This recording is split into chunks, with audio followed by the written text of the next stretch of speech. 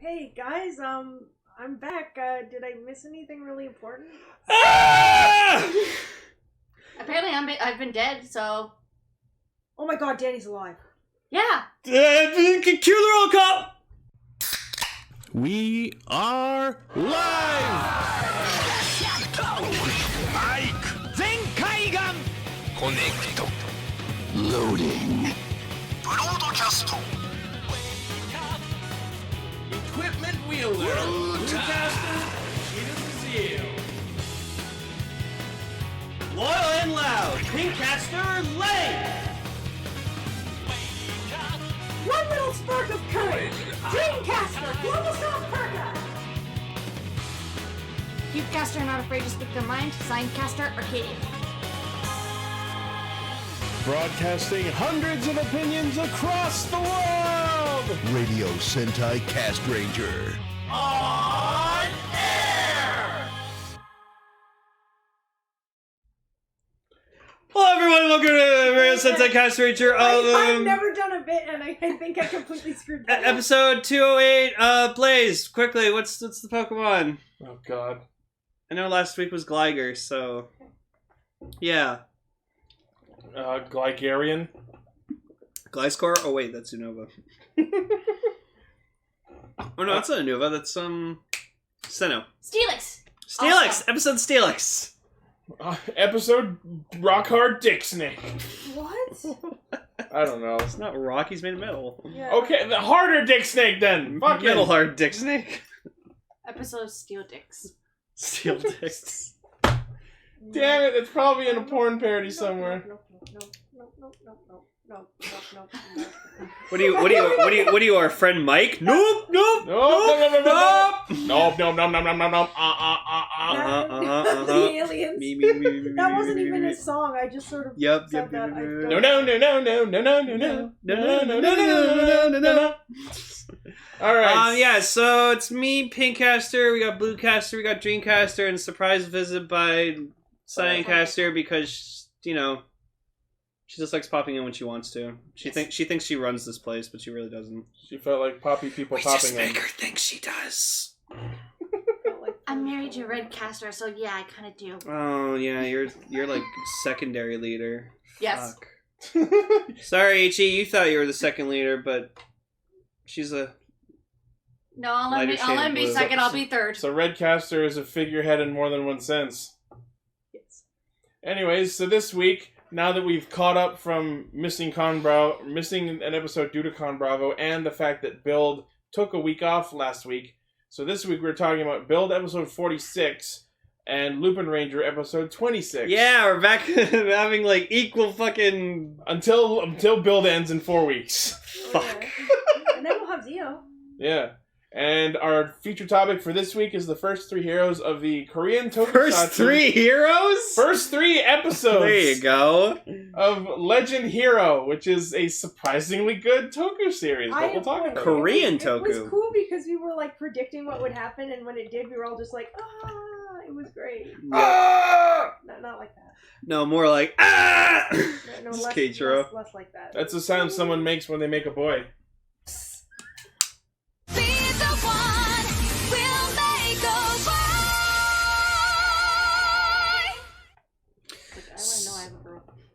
So, oh my god. Fucking... Evolt reveals his bullshit to the world by quoting the opening narration from the first version of the Build opening. Pretty much. Like, word for word. Honestly, it wouldn't it be funny if the narrator the whole time was just Evolt? Instead of, like, the Bell Driver voice. Oh my I god, didn't that'd be even know funny. it was the Bill Driver voice. I think so. I'm not sure. Yeah, he just gives a speech uniting, like, the country, because, like... It's united back yeah, in because, Japan. remember, this takes place after the Be the One movie, so there's so much we don't know that happened in between episode 45 and 46. And we won't get to see what happened for about 6 months. All we know is that the country reunited into... But they still branched off in 3 sections, because, you know, it's like a country. Like, you know, you have provinces, and then you have, like, governors running those provinces. So now instead of 3 separate countries sharing the land space, it's 1 country with 3 provinces. Yep. Yeah. So Evolt reveals himself, and he's like, "Yeah, I'm here to like kill everyone and num all your energy, but because I like you guys, let's make a game out of it. Whoever brings me the last bottle won't die. Gets to eat our substandard pizza. Substandard pizza. And then I thought of that because of the voice he did. And then a raid happens, and everyone has to bring their Pokeballs. So this effectively devolves the episode into, we're raiding Tartarus, bitches! And she always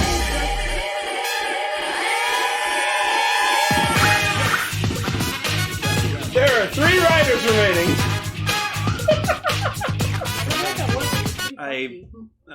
Was it Persona? That was Persona 3. I'm like... I was gonna say, yeah, it's the only game... See, I'm halfway between, like, wow, nice one, but also just really, really mad at you, like, are you fucking shitting me? You actually did that. Right? I planned that, like, just now. That was great. Just now? Yeah! That was good. Wow. Okay, full props Any to you answer for to that, what Ryder though. is Jesus asking? fuck. So, for those who didn't pick up on it, I was making a reference to Shin Megami Tensei Persona 3, which is a game primarily about exploring a giant tower dungeon called Tartarus, where you have to get to the top. My glasses are off my face and my eyes are tearing up. That's so fucking just like, that wowed me. That was beautiful. Oh my god. Somehow I knew, despite never playing a Persona game, the only game that could involve dungeon raids and have music that funky could be Persona. You should play 5. I think, Emily, you'd really love Persona 5. Although I hope you have at least 100 hours to give up, because that is a long game. It is a good long, though. Oh, there you go. Watch the anime for Morgana. Yeah, there you go. And Futaba. It's a little Zoro kitty. So, anyways. I need to watch the anime of Persona 4. So, before we get to the actual raid, they decide to finally put the Hazard Trigger to its apparently intended use. And just drop it in the box. And then it explodes and turns into another thing. And I don't know if the hazard trigger's gone now. If it is, I'll be very sad, because... I like to imagine it's just, like, sitting there in the Pandora's box and they never look at it again. Because, like, okay, we'll confirm if it is gone if he doesn't use Rabbit Tank ever again for the rest of the show, so... I mean, we've only got 4 episodes. Who the fuck knows? He's just like, fuck it, genius. Genius is all I need. Nice going, genius. There you go. Sorry. So the white panel that they create, apparently, when they put the lost bottles in it, it is a way for them to access parallel realities. Yeah, and how many did we see, Yeah, Ichi? that was a very specific So, number. if you go right to the last frame of that shot where Sento's looking at the parallel worlds, and you count the 2 that are just off screen but still viewable, there are 19 worlds. So 19 riders. Swear to God, Build is setting up for Zeo. It has to be. Like, because then they talk about, like, oh, if these two of these worlds collide, there's a third world that makes, if the black and white panels fucking come together. So and I it's have like... a few questions about that. So their plan is to use Evolt's energy as MP with the white panel and black panel to basically, like, kit bash 2 separate versions of reality into each other. So my first question on that is, which rider's world is going to be sacrificed for this? And second, like, how would that even work? Because, like, if there's a copy of each person in each world, if you're going to create a new world that is a weird combination of, like, there's no way to explain this because this is a phenomenon that defies physics. You know what world they're going to sacrifice? It's going to be Amazon's world because Naga says no, but he's not one of the 19. Yeah, exactly, but it's just... Yeah, it's going to be Amazon. It's going to come world. out of nowhere and just... And Naga and Banjo will become one singular being. I have a fun idea. Let's run a poll. Which rider's world do you think should be sacrificed? I mean, for me, I think it would be Hibiki, because originally, in concept, it wasn't supposed to be a rider show from the beginning. And then they just... Toei was like, okay, we need to let's slap rider on it, and it'll be good. Slap it on with the might of Zeus! There was the one question, which was why some of the lines were inexplicably wavy and some were straight, and why they were wavy in very specific spots. Because it's parallel. Each world is different. My first joke on that was maybe the lines indicate ratings. Alright, so this is 19 writers, including the ones on Earth, supposedly, like the ones we've been seeing in the show. Well, the 19 worlds represent the 19 rider shows from Kuga to Build. Yeah. Oh, okay. Yeah.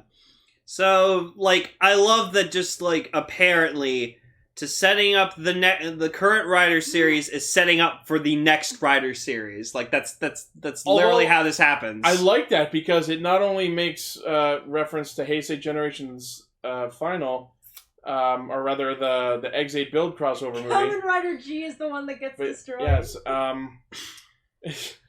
But it's a good way for them to take a show that exists in a parallel reality and successfully bridge it to not only the next show, but the rest of the franchise. Exactly. And, like, in the trailer, the Zio trailer, we, like, saw that apparently, like, just Zio's, like, buddies with Sento, and he, like, gives him the build ride watch, and he's like, take care of my past self, okay? You know what it is? I think that's just, like, the first story arc, where, like, he's going from series to series. Okay.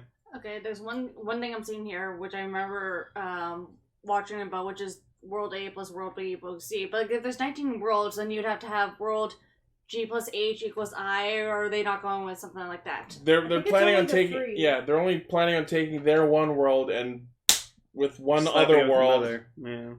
And this is all just so they can kill off Evolt. And is it just like a lotto to see which world is like... That's what I'm wondering. I'm like, which world? How do they decide? How do they do it? You think it'll be the original world of Zio before Zio? Yeah, it's like you take all the worlds, you put them in like a big cage, turn a handle, and but there's like, 19. There's 19 of them though, so that means that includes Kuga up to Build. So, based on what evidence we're given so far, it looks like Build's world has the DNA digivolve with another world. So, that's not very clear, but I feel like that's in the realm of things they don't have to explain, and they're just going to do it anyway. We're just going to put the 10 bottles in the white panel and fucking see what happens. Doesn't make much sense, but it's pretty cool. So, Evolt is, like, training on hologram smashes, and I'm surprised that Utsumi is still working with him, but I guess what choice does he have? Mm-hmm.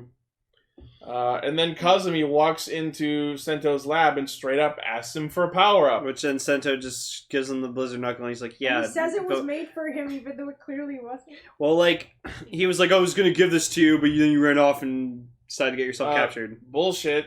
I mean, yes, that happened, but you clearly were trying to force Ryuga to use it a couple episodes ago. And there was also, it didn't have the robot on it until this episode. So. Yeah, the emblem on it. Mm-hmm. And we didn't have, like, a specific bottle for it until now, either. Also, isn't Kazumi, like, higher hazard level than everyone else now because he's had repeated nebula gas doses? Oh, that's a good question. And why is he only asking now? He should have asked for a power-up item forever ago. Everyone else has gotten so much shit. Maybe he realized he could ask. Well, I guess Rogue hasn't. Yeah. Mm-hmm. But yeah. So... Oh, here's the biggest reason why we know that the Blizzard Knuckle was not meant for Kazumi. It is a 2-slot item which requires the build driver, and they did not have the dad build driver yet. Yeah, which I'm just calling the dad driver for short. Maybe Kazumi was just like thinking, if they didn't have the build dad driver, maybe he was just like, oh, he still Sento's. Yes, Blaze, Sento could make one, but he didn't! He did make Ryuga's. It's true. Yeah. So yeah, so they... He tells Kazumi, like, so here's your power-up, just like you asked. Also, don't ever use it or you will die. And you just know use it as a weapon. That Sento is thinking in the back of his head, because Sento himself has done it so many times in this show where he's defied advice and done things that should have killed him, like how he created the fucking genius bottle when it was the brick in the belt the first time. So he fucking knows that he's gonna do it. If he didn't want him to do it, he wouldn't give him the fucking knuckle. Yeah. It's almost to the point where he should have just handed it over him and put his hand on his shoulder and been like, it was nice knowing you. Yeah. Well, like, honestly... If you do it, we'll all be real sad. He knows Kazumi really well, and he knows Kazumi's going to do anything to, like, you know... And, like, even Kazumi says it himself, he's just like, you know... That's what being a Kamen Rider is. Is, like, you know... Being awesome and then dying. Yeah, well, Pretty like... much. Well, dying while being awesome. Or dying and then being awesome. or any combination. So coming back in the movie. So they decide, oh fuck it, let's have a barbecue, and they have a barbecue. Yeah, that transition was basically how it was in the actual show, though. We're all gonna die tomorrow. Let's fucking grill some meat. Yeah, but is that not reasonable? I mean, sure. So poor Gentoku, he like wants to make like a toast. And he has like a shirt ready, and then they'd all just cheers anyway. And he's like, oh, okay, guys. And he like looks over the other shirts he had. over to a whole fleet of shirts he's made for everyone that they ignore. I actually feel sorry for him. Yeah, I was like, poor guy. How much do those Iron Man transfers cost? A lot. And then we get probably the funniest thing the show has done in a long time. The K can in the back. Like, this scene, I will admit that the first time we watched it, I was genuinely fucking, like, creeped out and just scared because I didn't know what the fuck was going on. But then the second time we watched it, it was actually pretty funny. What, Kazuma struggling to get Mutan's towel? Yeah. The good him who was chained and the evil him who was just in a chair with sunglasses humping the pillow. It was like Beetlejuice when Winona Ryder just like sees him sitting in this little like mini chair, like just like patio chair and just being like, hey, what's up? Say my name. Help me out. Oh my god, it was so funny. And like the little mini evil Cosby just starts like humping the fucking body pillow that he's holding, and then he's just like, yes, no, I'm gonna do it. I'm gonna sniff the towel, and he like sniffs it, and then you just see him like in a thing of flowers. He's like, it smells nice. And he just like has his arm up in the fucking air. And I can't remember what movie that's a fucking reference to. No, it reminds me of the scene from One Piece when like they're the Straw Hat Gang's leaving Alabasta, and like they made friends with like the Princess of the Kingdom, and it's like, oh, like. They'll never remember me or something like that, and then literally they all put their hands up like this, and they have an X because it's like the mark of friendship they made during the arc. No, but isn't there like a movie where someone like at the end in their victorious moment just like pumps their fist up and it like freeze frames? Breakfast Club. Is that what it is? Breakfast Club. I feel like it has to be a reference to that. Yeah, it was the end of Breakfast Club. Maybe. I feel like that's the reference. Or maybe it's just a Japanese thing. I don't know. But yeah, and then it was actually Kentoku's towel, and I love he unravels it. It just goes like, ah! Just like the rogue. And here's the thing that I was wondering about. On the towel, it says Utan and Beardy, or like he or Beardo. Whatever. So who's Utan? There's.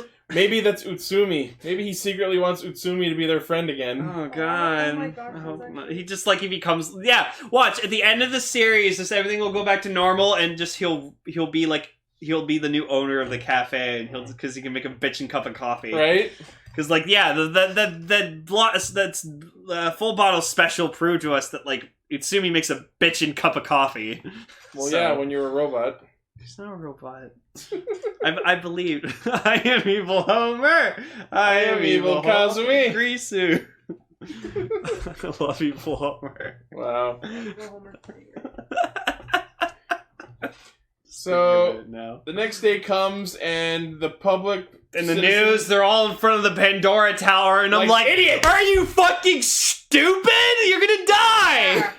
He just and then like he brings like his whole fucking army of like Guardians or whatever like that, and I'm just like, I just love that Evolt literally drops a helicopter on them.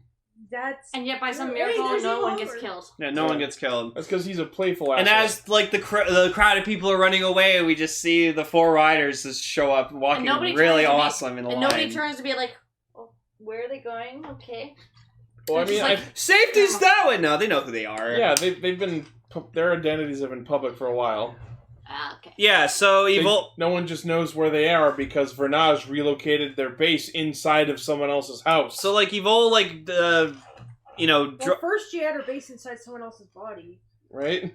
Yeah. So Evolt, like, plays the rules or whatever like that and, like, explains the rules, and I'm just like, you piece of shit. You don't follow any rules. So, you're gonna climb Tartarus, and every 10 minutes you're not at the top, I'm gonna black hole another section of the city. And he does it! Here's what that looks like! He does it, and actual people just die, but I know the reason this happens is because it's gonna all be reset when they put... It's okay, guys, they're just in the Soul Stone. Well, yeah, they're gonna close Pandora's box, and it's gonna restore everything.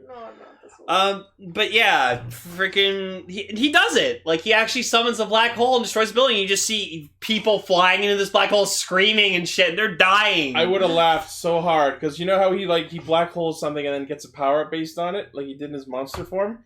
It would have been so fucking hilarious because, like, the first thing he black holes is just an apartment building. Then you just see, like, apartment building arms on him. Oh my god. Darn, it was Sunday.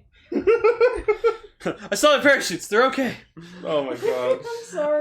Yeah. Oh, there you go. Blaze cleared it up. They're just in the shadow realm. They're in the shower room. No, they're in another dimension. In the next dimension. In the next dimension. They're all training with King Kai. Oh.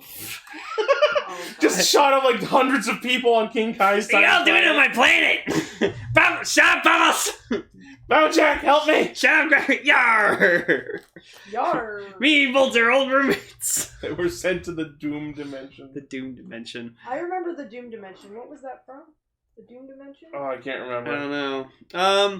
Bakugan. Bakugan, yes! Oh god, not Bakugan. Blaze is dedicated to make us talk about that show. Well, I actually really enjoyed it. I remember... I kind of enjoyed it sorry as for an... the interruption, but I remember back when they first came out, me and my cousins used to force our parents to play with us, and we actually made them do the whole spiel when they did it. Like, you couldn't just put it down, you actually had to say, gate card, set! Bakugan, Bakugan, bro! Bakugan, Yeah. stand! Yep, we actually had to... Yeah, I don't even know. We wanted our lives to be interesting. Sure, don't we We all? didn't want it to be not an anime. We wanted our lives So then, we didn't think that Evil could be even more of a piece of shit than he already is, I'm but sorry then about decides to fucking Send remake Send it to fans! all three of, like, the Lost Smash, like, the trio. Samba Garasu. Yeah, Samba Garasu. And it's actually them. Like, personalities and everything. And they're all, like, the exact same how they used to be. But just Grease immediately fucking knows right away. Just, like I'm actually, you're not them. I'm actually curious how he was able to do that, because I don't think he, like, interacted with them much. My guess is now that they're inside the tower, he just, like, sampled them from Kazumi's memory. Maybe. Yeah, that's all Because he sampled full bottles from Soichi's memory, so doing memory-based things is something... We don't know the extent of Evolt's power. Like, he can fucking do anything. So, yeah, and, like, Kazumi's immediately just like, yeah, I know you guys aren't fucking real, and, like, he just decides, I'm gonna fight them on my own, and he, like, you know... Except when they start getting sympathetic with him, he and hesitates. Then he hesitates. Well, yeah, because, like, he goes to hit them, and he's like, boss, no, please don't! Like, I'm here, boss! And then, like, he stalls or whatever, because, like, you know, it sounds like them. And then he's just, like, remembering, and, like, he just kind of apologizes, being like, yeah, you guys all died in my arm, or, like, died. I love how I couldn't his, do like, anything about it. I love how his comments on each of them get less and less intimate, because it's like... Well, because the deaths were less and less intimate. Well, it's just funny, because it's like, Akaba, I still dream about you dying. Aoba, Like, I'll never forget. your death definitely left a scar. Shokichi, you were real warm.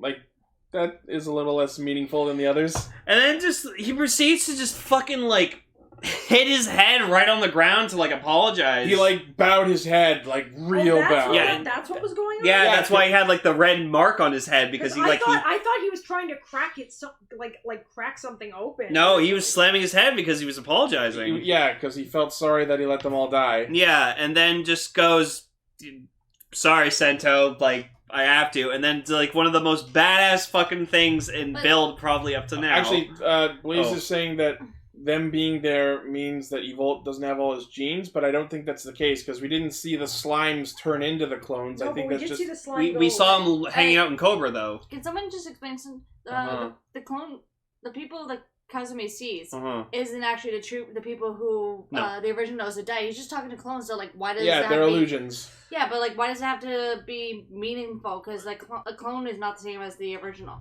Well, it's not that he has to tell them meaningful things. It's just the fact that the way he remembers each of them gets less and less meaningful. Because he just knows they're not real. And like those clones are more of an insult to their memory. And so but I'm not talking about the fact that he's interacting with the clones. It's the fact that the way he chooses to remember each of them seems to be with less and less significance. So he's bringing something to himself, and it has nothing to do with them. It's for himself. It's like, Akaba, oh god, I loved you. Aoba, oh man, that sucks. Kiba, oh, you were warm. Okay. You know what I mean? Yeah, makes sense. Yeah, anyways.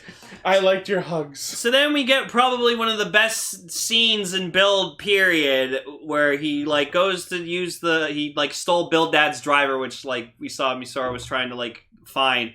And then they got a call from Namba somehow. I don't know. What Or that's someone gonna be. using Nanda's phone. It's probably Utsumi. Because, like... Yeah, It's probably Utsumi. Because we definitely saw Evolt kill Nanba. No. There's no two ways about I that. think it's Utsumi. I found this phone. Maybe after fucking Evolt was like, if you start asking questions again, I'm gonna fucking kill you. So he's like, you know what? New phone, who dis? So, and just Grease, like, Kasumi's about to transform to Grease Blizzard, and the bell driver just says, like, are you ready? And he just, like, the subs translated as, like, damn right I am. And And this is didn't great. Even say henshin. This is great because this is one of very, very few times where a rider, like, responds to their belt. well, it was reminding me of when frickin' Go was about to kill Bado with the Shingo accident, and it's just like, he's like, it said go for it. Yeah, and someone made a post about that after that happened. So, yeah, and he transforms into Grease Blizzard, and it's fucking gorgeous. Like, it was a cool transformation. Gekitou Shinka! Grease Blizzardo! Gakin! Yeah, like, chill. I love it! I know you do. I like it too. It's a cool form. It's the same shade of blue as Laser X. It's got the three emblems of the Samagarasu on one of the shoulders. It doesn't have the fine print pants! It's got the build style pants. I like it so much. And it sucks we're only going to see it for like 2 to 3 minutes. Oh, he's going to die! Yeah, no, we're only going to see the form for like 2-3 minutes most, and then he's going to fucking die. Also, I was wrong. Mhm. We did in fact get a Lost Castle Smash. There you go. And Lost Stag and Lost Owl again. Yep. because he's gonna die, they're gonna make an awesome figurine to remember him by, right? Well, let's hope they make one. If they put out a Grease Blizzard figure, I will buy it. Yeah, you will. I know they're putting it out through the Soda Stage line, but they need to fucking put a fucking figure art out, because I'll buy it. They really do. Tell me I know you're listening! I guess that means we won't be getting a Grease Beast cinema. He'll survive through the power of Unless boners. it's a prologue. Prologue. Maybe. The power of boner. Prorogue. I mean, no, Rogue got the Prorogue. Yeah, so Blaze said he'll survive through the power of boners and empty wallets. Yep. That'd be hilarious if, like, he's, like, just about to die, but then Mitan just, like, comes up and, like, embraces him and Kisses he him just and comes brings back him to back. Just life. hugs him and he's just like, oh my god! Just like all the nebula gas inside him just goes, oh! Just, like, shoots out of him. Yeah. Yes, through his mouth. So yeah, next week Grease is so dead, you guys. Wow. So dead. Wow. Wait, so are you saying that like because you know he's not actually gonna die? I have no idea, but that's what it looks like. Yeah, it really does. And I'm Well, like, Sento did say you use this, you're gonna die. we've had multiple. Then again, people that's what survive. Sento was told. We about. all He's a know fucking we genius. all know he's gonna accept his ducks. He's gonna be like, I can be with my trio now, my boys. Yeah. All right, see you later. Hopefully, it's a little more dignified than that. No, no, Wow. come on, no. I'm sorry. Okay. Anyways, let's Yakokuru, but a different way, shall we? Damn it. I've just seen the most beautiful thing ever.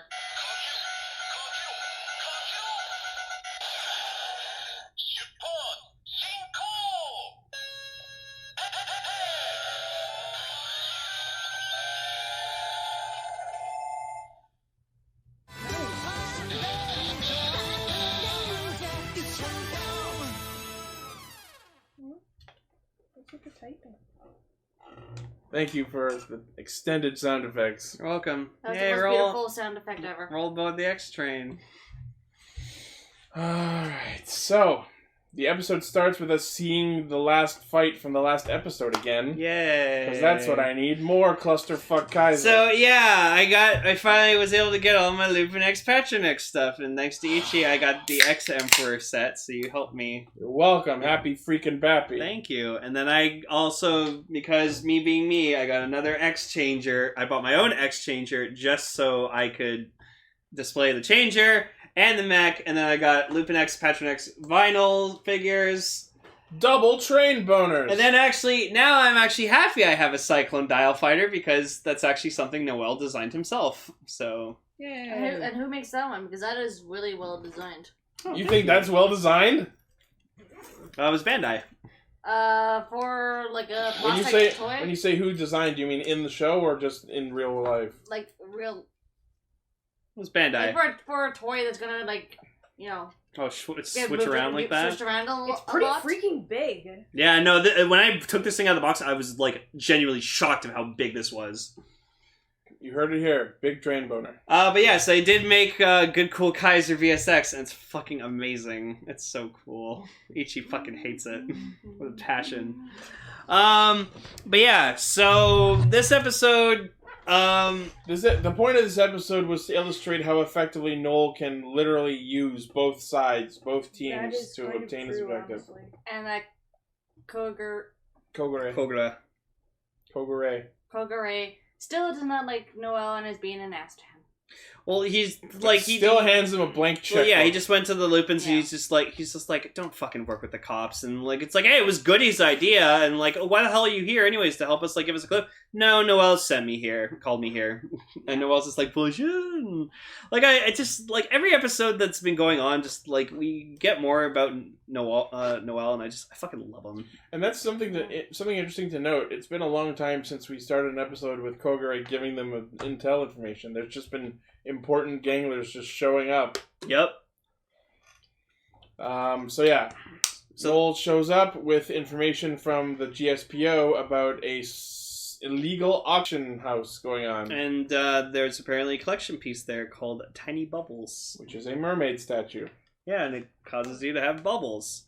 I wrote down a few notes for this episode. Let me see if any of them are relevant for now. Well, let's quickly talk about the gangler of this episode. Well, the notes are about the gangler. Okay, yeah. So Gurisuto, the squirrel gangler. Yeah, they translated him as Grist, but his name is actually Gurisuto. Okay. As in Risu, as in squirrel. He shoots nuts! They tried to make his Risu quirk by making a bunch of nut puns, which didn't really work because they were squirrel puns. Not puns.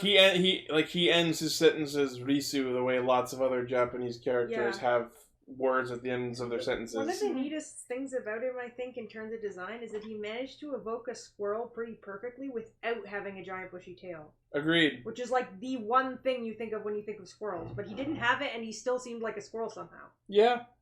And also his weird humanoid demon face didn't detract from that somehow. I really love this gangler. He's fucking awesome. Also, love his design. I didn't realize that his identity was, like, the big plan and everything was meant to be a spoiler, because that's automatically who I thought it was when they... Right? Like, the second the auctioneer was up there talking. He was standing! That too? So I thought that was the conclusion we were meant to make. That too, but Sentai has kind of made it so easy that any character who's not a main character that talks, like 90% chance that they're the monster. So like Umika just like asks like oh, how are you gonna like get this auction? Like we don't have that much money to like bid on something like that. And like Noel's like, oh, we won't be using our money. We'll be using Kogure's money. And he's Lupin family money. And like I love he just without any hesitation just hands him the checkbook as if it's not the first time he's done this. Like he's asked for the checkbook. Yeah. So which means because it makes sense because the Master of Collection's probably fucking loaded out the ass. The other weird thing I noticed is am I just blind, or was one of the people at the auction Steve Bills? That's what I was thinking. There's just like Steve Bills' his uncle. One of the 4 like big illegal auction buyers was just a white guy who kind of looked like Steve Bills. So of course Noel asks Umika to go with him because it's like, oh, I look less suspicious if I have a woman with me, and which is immediately proven. This whole time I was hoping it'd be the red guy. I was hoping Noel and him would just go together. Mm-hmm.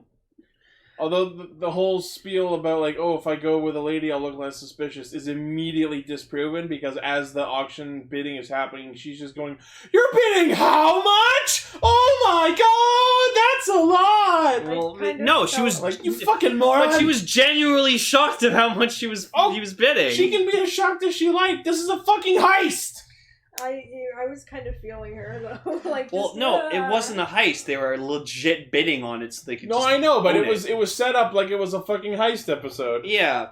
It was super funny just seeing like he's just like, oh, 450,000, and she's like, oh, okay, in yen, that's not much. Oh no, it's That's dollars. It's American dollars, and she's like, and he Move bids move that decimal over a couple places. so honey. he bids $1 million at first, and then like she's like a million, and then like Noel ends up paying like $2 million or whatever like that. For Although I noticed when he was actually writing the check, it said 2,160,000. well, because he had to pay the tax fee because there was an 8% tax on They it. all those actually had that taxes. in there, yeah. That's what I was gonna say. I'm like, is that tax? Yeah, no, he even said it. He's like, yeah, there's an 8% tax for like plus your money that you owe. And the other interesting bit is, as they walk in, like everyone gets offered masks because it's like an anonymous illegal auction. Oh yeah, that's the other thing I wrote down, and they were like, our masks actually have like masking technology to mask our identity. Which is something that is It like never come up even once. a really big so thing. it makes sense. So Yeah. maybe just when the Lupins are talking, you're just like, you just hear Card just like, yo, Cookster! No, you know what it is? Is it like in, I'm taking your treasure! Is it like in Buebu where they get blurred out to everyone? No, you know what it is? Just What? whenever they show up, ay caramba. It's like that episode of I Simpsons. remember. But yeah, Noel establishes that the masks, including the ones the Lupins have, but where the fuck did they get them? Maybe from Kogure, which means maybe Noel made it for Kogure. The masks are collection pieces! The masks actually have a thing in them that conceals their identities. That's some fucking How? Sailor We don't Moon bullshit. Really know, but I'll accept it at this point, because that will explain all of the inconsistencies away about how they don't know who they are. Yeah. Clark Kent technology. Yeah, that's what Blaze is saying in our chat. So then the Patos show up and they start fighting the Gangler, and Although, how did they know about all this? Because clearly Noel didn't tell them. because the Gangler was out in the open and they detected him. Because Jim Carter does that. I guess. Every time a Gangler shows up on the radar or the map, he gets alerted and then he tells the Patos where to go. All right. So he left the auction. I will accept that. Okay. What I won't accept are fucking bubbles of distraction. Oh, that was great. Well, they worked though. Apparently that's what Tiny I like Bubbles that he does. actually got like the effect of like his cheeks like puffing up, and he's just like, boo! Just like throwing Gristo bubbles. used bubble beans. And then That they're all was just super going like, effective. boop, boop, boop. That's really adorable. And so he escapes, and yeah, like the Patos weren't really that like much in this episode, but like This was again, a Lupin episode. it was Yeah. a Lupin episode, and I'm okay to accept that because like Noel did shit, so I was happy. So Noel decides that one of the 4 buyers is probably the Gangler, so he has Umika sketch all their faces. Yeah, and it's like, since when is Mika able to like draw? Is it just like, hey, now all of a sudden you can draw? Because Like- I figured that'd be a police thing to like draw. If she can, that's great, and she proves to have some sort of level of ability, but like, why did Noel know that she could draw? Maybe she learned it from her manga artist friend who got killed.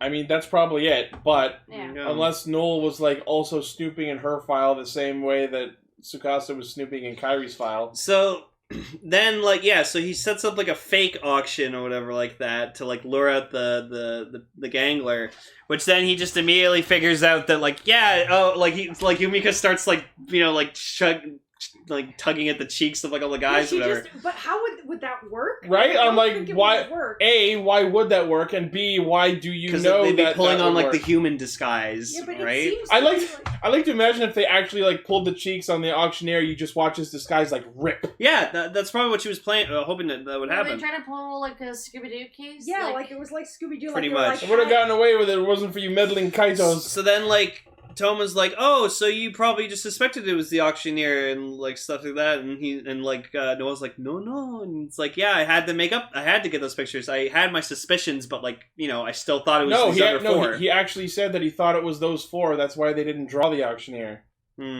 Oh yeah. Yeah. So then they proceed to fight more and stuff like that, and the Patos show up, and I love that like he throws the card to like Yokok fucking his disguise off. Mhm. And now I'm starting to realize every time those disguises get like turned off, that's someone actually dying like all the way probably. Oh yeah, and like when the auctioneer got like startled or whatever like that, just like Noel was fucking like backflipped. Yeah, It's like amazing. he walks up on them as they're leaving the first auction to like get them to pay for the item, even though it got stolen. And Noel's like knee-jerk response is to backflip away. And then when he runs into them to talk to him about the second auction, he flips around to talk to him there. Yep. And we see another check in his hand when he's talking about the second auction for about, I think it was $450,000. But then at the end of the episode, he tells Umika that it costs him another $100 million to do the re-auction. But I think he was just fucking with her. With all the times he has to do like a flip out of somewheres or backload to show something, I kind of like to just see the behind the scenes of like how many takes does it take to do that. Right? Because it's not just a one take. That'd be like 20 takes to get it right. He does that a lot. Yeah, he actually does that. Like the actor's actually trained in parkour. Yeah, but I'd like to see like behind the scenes of that. That'd be like awesome to see. I'd love to see lots of behind the scenes of Toku. It'd be amazing to watch. Yeah. So then, like the Lupins started like helping out too and everything, and then they're like all go to do their like final attack, but then which Noel decides to go Patron X for reasons, but like I was okay with it. Also, I like this area that they're in, the stage, because we've seen it in like Kiva and Ghost. Forze, when Meteor showed up. Was that where the Beethoven? Yeah. Yeah. Oh my god, it is! It was the same stage! It's also the same stage where Ixa used the Garulu Fussel the one time ever. Yes. Yep. And then, yeah, they proceed to like destroy... I like that we get all four of them transforming together and doing their roll call together. Oh yeah, no, that was fucking awesome.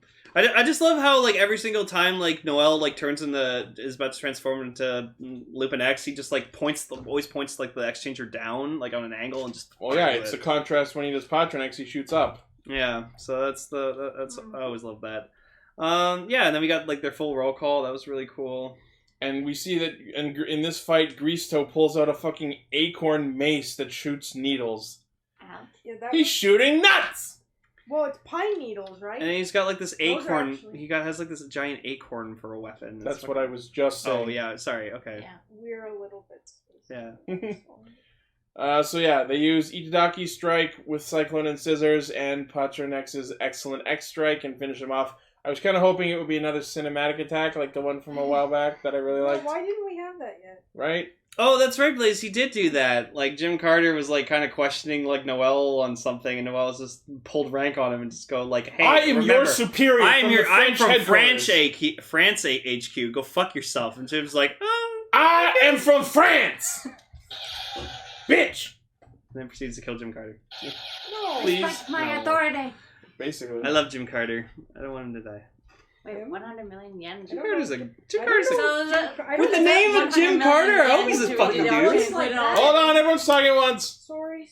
So the 100 million yen, is that 100 million yen including all the other amounts of money that was paid leading up to? Well, at the end of the episode, like Umika asks him, so how much money did you have to spend to get him to do the second auction? And he says 100 million yen, which I think he meant just for that, not counting the other money that he paid. But I'm pretty sure he was fucking with her, because when he talks to the auctioneer to do the second auction, you can clearly see a check for only $450,000. Only 450,000. Mm-hmm. Compared to $1 million. It's less than half. Yeah. But then again, like with how do you pronounce his name? Kogure? Kogure.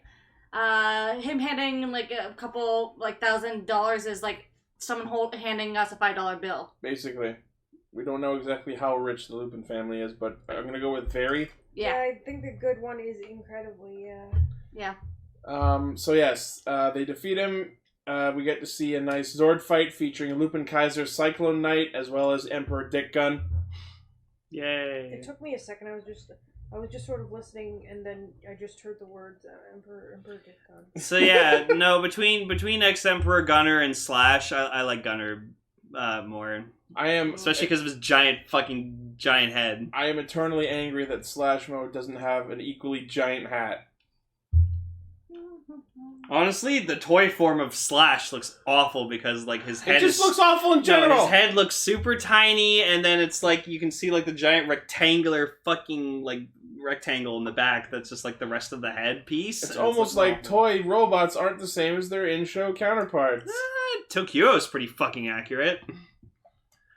But yeah, so Umika tries to give Noel the business on saving money, and like sits him down actually and starts just like kind of mothering him, I guess. And Noel's like, that's what I like about you, Umika. You're like a mother, you're like a wife. You'll make a good wife someday. Ship it? No. And so next week, Toma and Sakuya go dancing. They go to a martial artist dojo, but are in leotards. And like we see them dancing, and like Toma's like literally pulling a fucking Kion from the Horror Heat ending, where he's just doing the dance moves, but like he's just going super stone face. Whereas Sakuya is not only super happy, but he's in a fucking ponytail. Yeah, and then there's this like other bald fat Japanese guy beside him, just going, "Yay!" Yeah, that guy. The photo. There he is. You know who he is? He's that guy from Dodgeball. There you go. Oh my god. I love Dodgeball. Oh, look, they're finger bang. Finger guns. Wow. There's the new Sentai. Yeah, I was gonna. Dang it, you said it first. Yoga Sentai.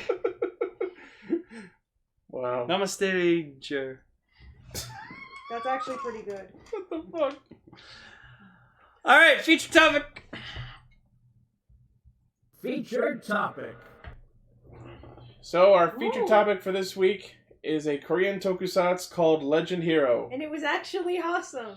Surprisingly. I will say, like, the first episode really did not, like, kind of, get me, but then by the time we got to episode 3, I was like, alright, show, I'll buy it. So this show clearly takes plot points from Blade and Ryuki, because it's about a bunch of different heroes fighting to earn their wish, and they called it, like, the dream battle. A little bit of it reminded me of Madoka, but...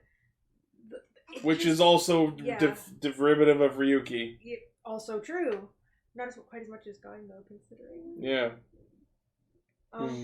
Gen Urobuchi... Gen? I Gen. think? Gen Urobuchi really likes plots which involve the world ending and resetting. Right? A lot. Like, everything I know that he's made has that plot. It's not, he does it really well, but it's kind of weird. So let's start off talking about the way these powers seem to work. Sorry. Go ahead. It's got sentient transformation devices.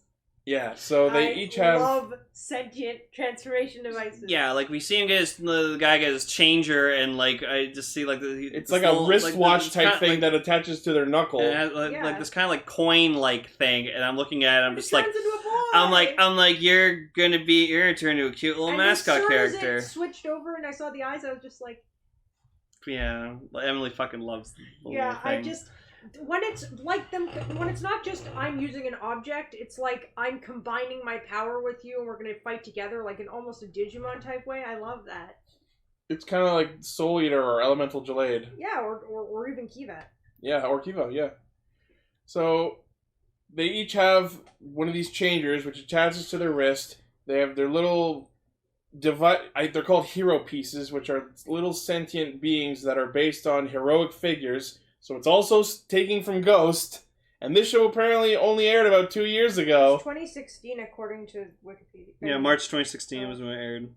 So they take these living sentient hero pieces that fold into little hexagonal shapes and chuck them into their changers to transform, and they have 2 mechs each. One that their little partner device grows giant to pilot, and one that they themselves pilot, which then also combine into each of their own Megazords. So this is literally Kamen Rider, Blade, Ghost, Ryuki with their own Megazords. This is like so much of what I like. Yeah, no, it's really interesting. The characters are fun too. So like our main character, Libe, I believe his name is. Libe. I haven't. Lube.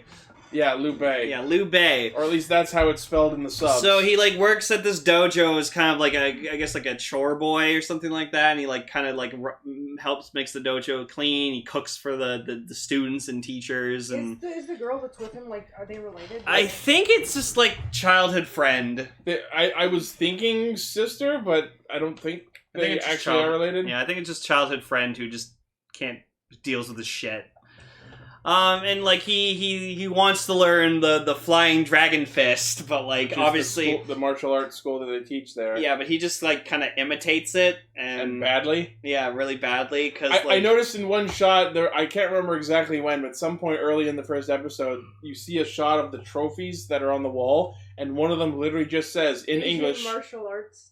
Asian Kung Fu competition. Oh yeah, that's what it is. Asian Kung Fu competition. And just so then we get introduced to like this girl who's like some kind of angel or something, representative of like the legend heroes. Like, think if Kanzaki from Ryuki was like 6 people all dressed in white, half of which are women. She was really... I liked her, though. Like, you could tell she was some kind of alien or from some other world. She walks into a store and just accidentally steals the clothes. Yeah. Yeah, she walks off with the clothes because they like the two guys like say... these two bald, like, flaming... Think if Oren Pierre Alfonso was twins. Yeah. And worked in a clothing store instead of Charmant. So, like, she's being chased down by them, and then Liu Bei tries to, like, stop them with his flying dragon fist, but because he thinks that she's just being assaulted for no reason. And so he fails miserably, and they're just... Repeatedly. So he's just like, alright, here, I'll pay for the clothes, and he's like, alright, that's I don't think he was paying for the clothes. I think he was just paying them whatever money he had for them to fuck off. Because, like, they take the clothes, except they just pick one of the things and just toss it back at her. Yeah, so I'm pretty sure that was just, like, kindly fuck off money. Okay. Because there's no way that would pay for all of the clothes she took. I guess so.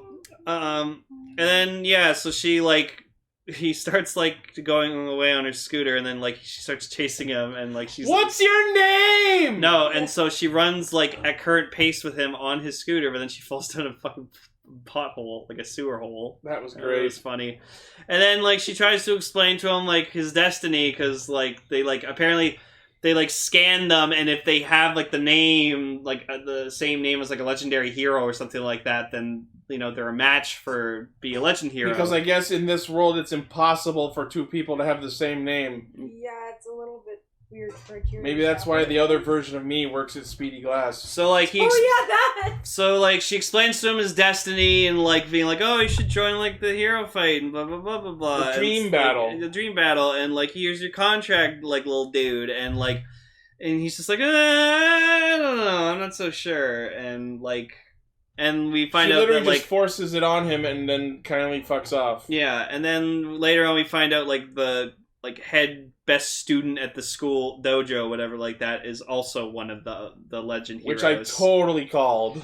And he's the bull legend hero, the ox apparently, or ox. Yeah, I thought it was a bison, and that's what I was writing through my notes. But then like he gets his Megazord, and it says like Legend King Ox or whatever. Yeah, like his legend hero suit kind of looked like if Oshi Black and Gosei Knight just like fused together into. You know what it might be? Maybe they're all based on like the Chinese zodiac.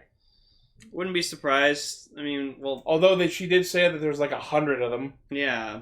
It was funny how she said too, it's like, oh, like, how many are there? Like, there must be a lot. Not that much. 100 most?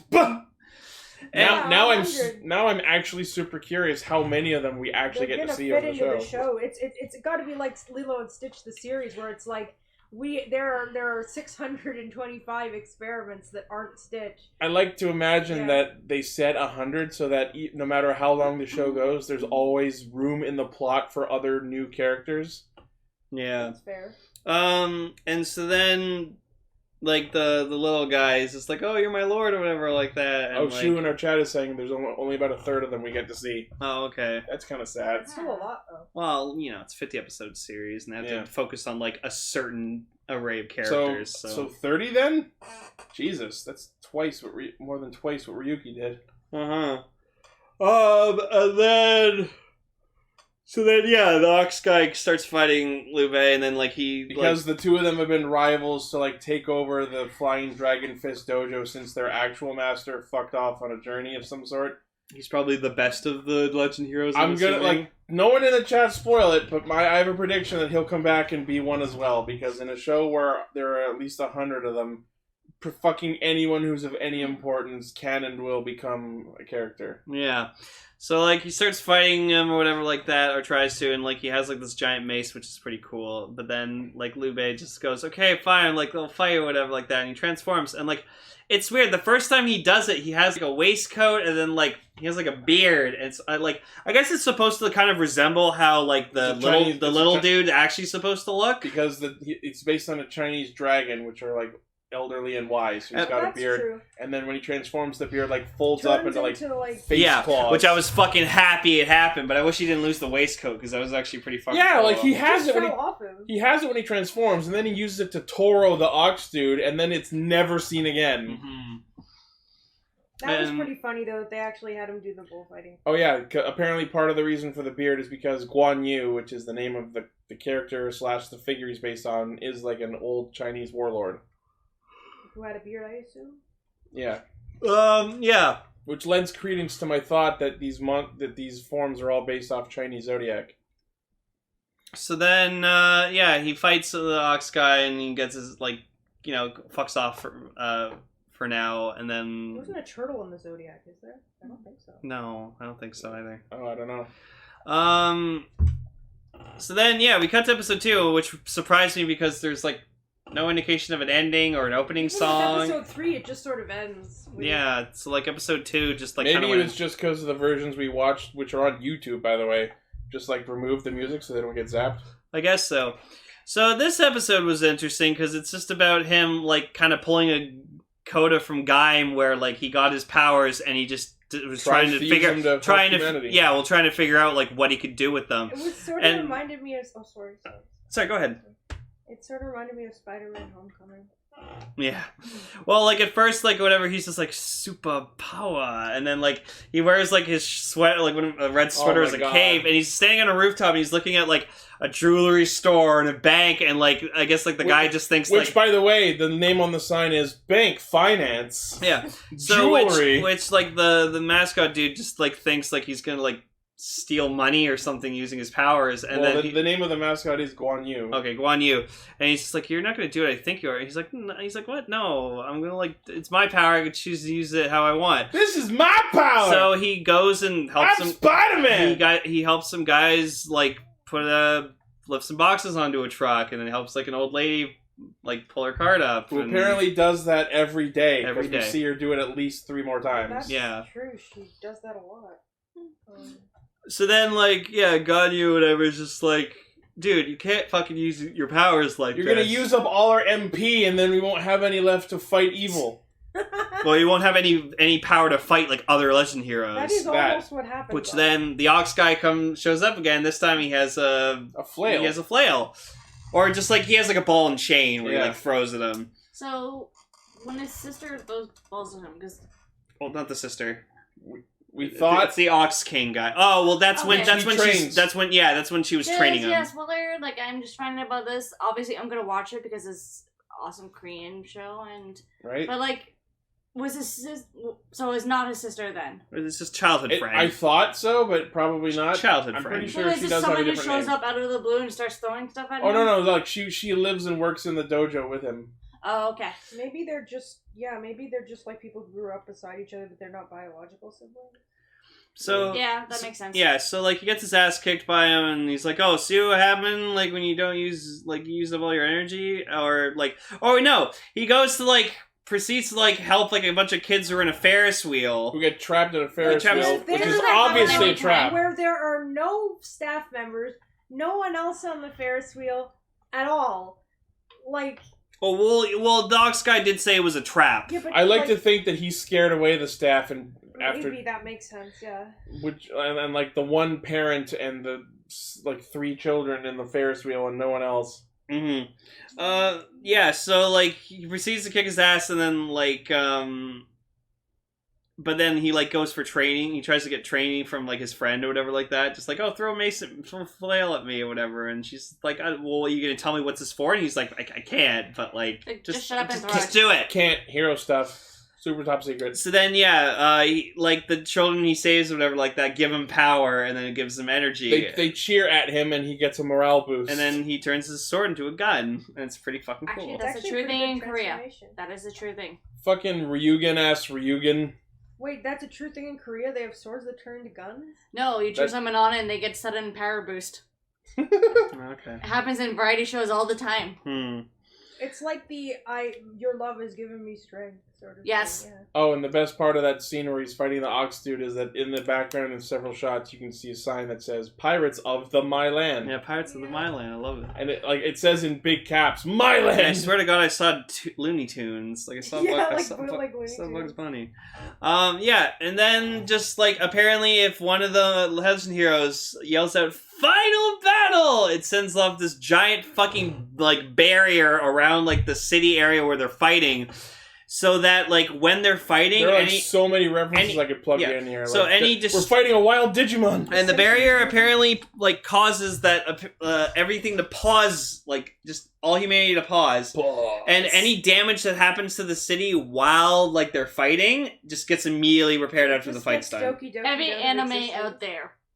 Pretty much. I'm surprised because that is never something that that Rider and Sentai does. Like any damage that happens.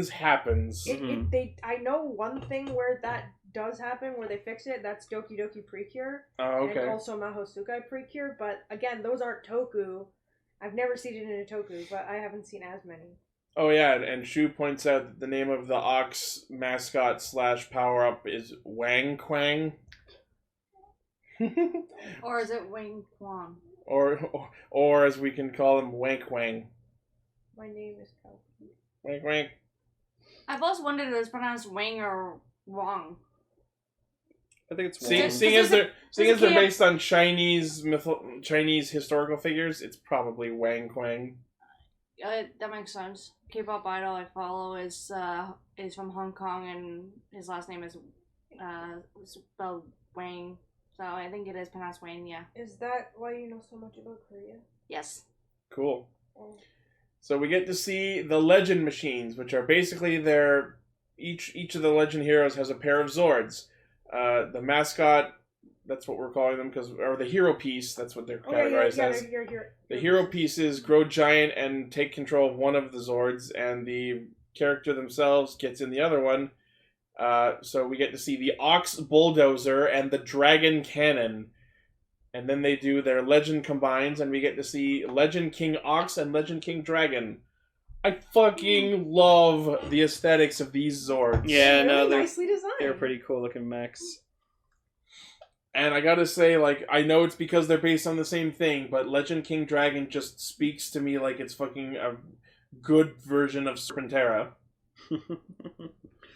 And he like kicks his ass, and then like Dragon Slash, and then we find out that so whenever a legend hero loses in a dream battle, they lose like their dream that they they kind of wished for. Like when he defeats him, they make it look like he's straight up dead. Yeah. No, but I think he just like lost all the reason to like what he wanted to do, so it was to be like a good martial artist, so now he just doesn't care. It's not that he doesn't care or that he lost, but like the angel comes back and explains that like they lose all memory. When you make this contract to be a legend hero, you choose a wish, and if you win the dream battle, you get the wish. But if you lose the dream battle, you will never ever get your wish.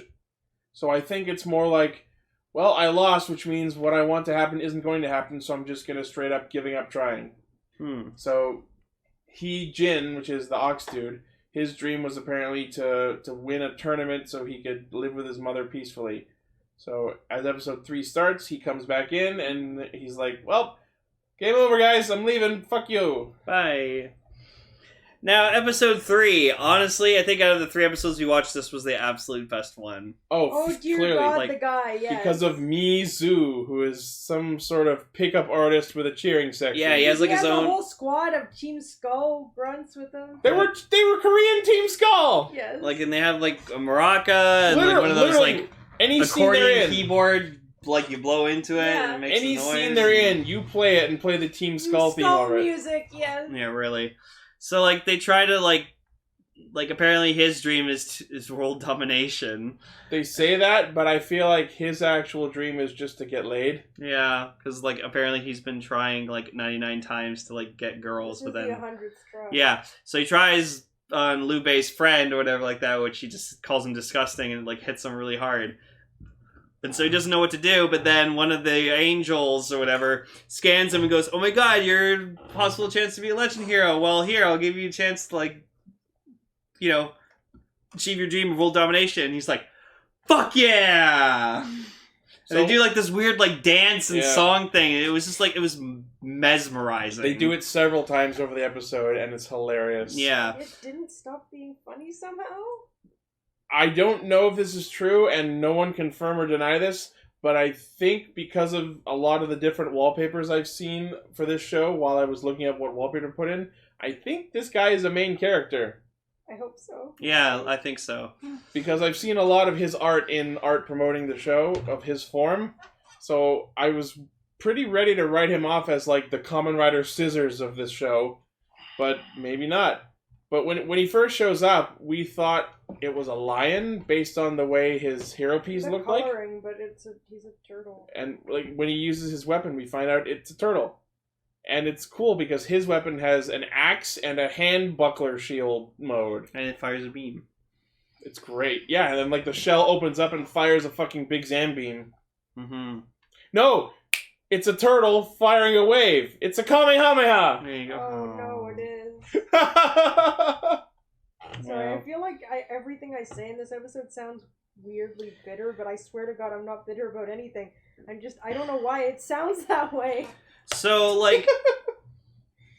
and something that's almost never happens in Toku happens. So, like, this guy gets powers and then straight up just uses them to harass people and, like, break shit. Yeah, and like... And then the fucking police show up! Yep. Well, yeah, because he's causing disturbance. So police gets But of course, he's got superpowers, so he scares them off. Yeah. Just makes one guy fall over. So then, Liu Bei, like, tries fighting him or whatever like that, and then, like, Mizu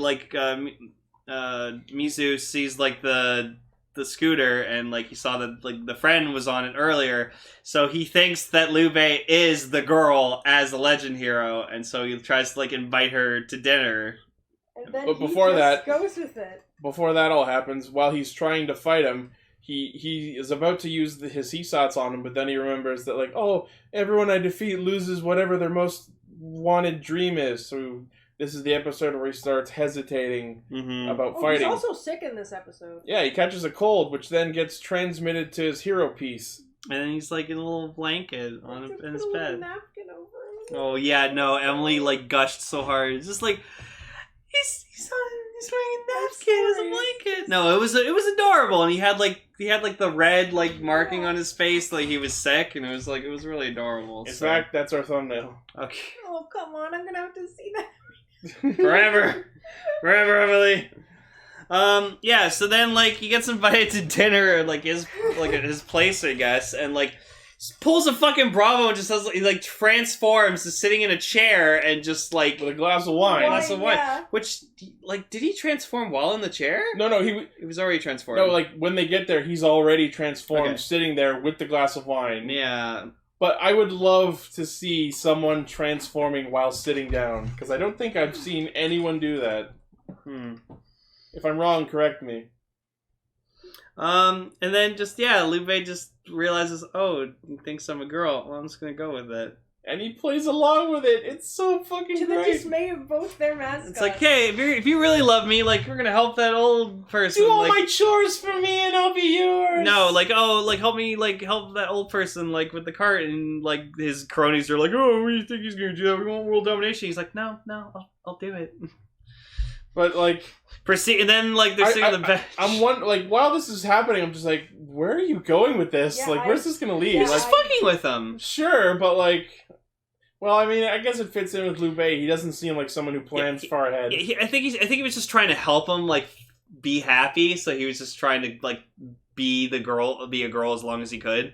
And then, like, and then Mizu actually sees the girl and realizes that, like, oh, it's a guy, and then gets really pissed off at him for it and starts fighting him. I almost fucked a dude! Fuck! I fucked a dude and I liked it. No, god damn it. And then, yeah, he decides to start his final battle, and... Oh, but before that, there's a shot where they're sitting on a bench, and, like, the two hero pieces are arguing at each other about who's the strongest, and they start forcing the two of them to, like, slap each other's hands. That was funny. Yeah, but there are so many great things you can do with when they're sentient, guys. I'm looking forward to more shenanigans like that. When they're partners and not just random toys they use. Right? Can you imagine how hilarious it would be if full bottles were sentient? So, yeah. It would be I honestly think every single gimmick item could benefit from actually being a living being. Or at least the organic ones. Yeah, but just like, and being like a partner character. Right? But again, that I know some people probably think that's lame. No, that's fine. So, it's episode 3, and this is the first time we get an episode where the main character henshins, but we don't get to see it. Like, it happens, he's about to transform, and then they cut, and he's already transformed. Really? Episode 3 in a 50-episode series? I think that's a little early to start doing that shit. You also, like, sneeze transform. Yeah. So they do attacks at each other, like Turtle Wave and Turtle Smash and such, but they cancel each other out. So Turtle Boy calls for the final battle. We get this awesome spinning axe attack with the Zord that's got a his Zord is like a construction vehicle, like the shovel, like the digger, but it's got like a turtle head, and the name is Zhang Fei, and like it spits out an axe that it then wields around in its mouth, and it does like this hilarious spinning attack. I loved it. And then we get to see Legend King Turtle, it's an orange turtle Zord that combines with a purple train. Yeah. That seemed a little weird, but alright. It didn't look bad, it was just weird. I mean, I'm interested. It's neat. So, they have their battle, and of course, Dragon wins, and then he goes for the actual finishing slash attack when they're back down to the human level, and then the episode just cuts off and ends. Yep. And I want, like, before we were going to record, I wanted to watch episode 4, but he's just like, nope. Nope, we're going to stop there, and then we will actually keep watching the show later. So, yeah, so that was the first 3 episodes of Legend Hero, and, I was very pleasantly surprised. I was not expecting it to be as enjoyable as it was. Yeah. Same. So, I think we're definitely going to keep watching more of that. I mean, I'm probably gonna start watching it, but what I'm disappointed about is no matter where you look on the friggin' internet, which sucks right now, I can't find who the hell is acting in it. There's nothing that says who's like the cast. Shouldn't really matter, right? Did you look for a wiki for it? Yeah, I've been trying. Well, it's like I haven't seen it yet, and I know quite a lot of Korean actors. Or is it not Korean? Is the show all Korean actors, or is it like run by Korean? Pretty sure it is. I don't know offhand. Armor Hyde in our chat says yes, it is all Korean. I mean, I'm still probably gonna watch it anyways because it sounds like a really awesome show. It's just I like to see who I know in the show because looking at the pictures, I recognize some people. Mm-hmm. It's an interesting change of pace where, because it's Korean and not Japanese, I don't understand a single fucking word they're saying aside from the sprinkled in English. Yeah, superpower. But honestly, I recommend you guys go check it out. It's cool. And it's all subbed up on YouTube, so you can look for it there. Yep. Cool. Anyways, this I think good end to it. So it's a fun episode. Yes, thank you all for joining us again for episode 208 of Castranger. Thank you for listening. As always, thank you for liking, favoriting, subscribing, sharing, commenting, and just being awesome by being part of our community. Make sure to check out, anyone who hasn't yet, our Discord channel where you can not only chat with us but listen to episodes being recorded live, as well as you could have been listening to Ultra Ranger episode 50, which just did their live recording earlier this week. Beautiful. We also have a merchandise page where you can buy shirts and tote bags and whatever the hell else with our emblems on it. And please make sure to check out our Patreon, where you can consider donating and pledging to help us make the show better for you. And that's about it. So, Jikai Radio Sentai Castranger. Did we agree on what next week was? I can't remember. I don't remember. Next time, something will happen. Something else. Some cool feature topic. It'll be We awesome. were planning a few different things. We're trying to figure out the next couple months. Yep. because I know we still have the Exit trilogy to do, which we're probably going to do in September. Yep. But yeah, I'll post in the Discord when we figure it out. Sorry, I meant to figure that out beforehand. It's okay. Goodbye! Bye, everyone. Thanks for listening.